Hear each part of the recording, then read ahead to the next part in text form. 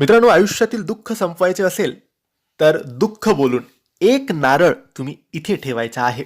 हो मित्रांनो, हा उपाय, हा तोडगा, हे काम एवढं चमत्कारी, एवढं शक्तिशाली आहे की जर विश्वासाने, मनोभावाने आणि इच्छाशक्तीने केलं तर नक्की या उपायाचा, या तोडग्याचा तुम्हाला अनुभव नक्की येईल.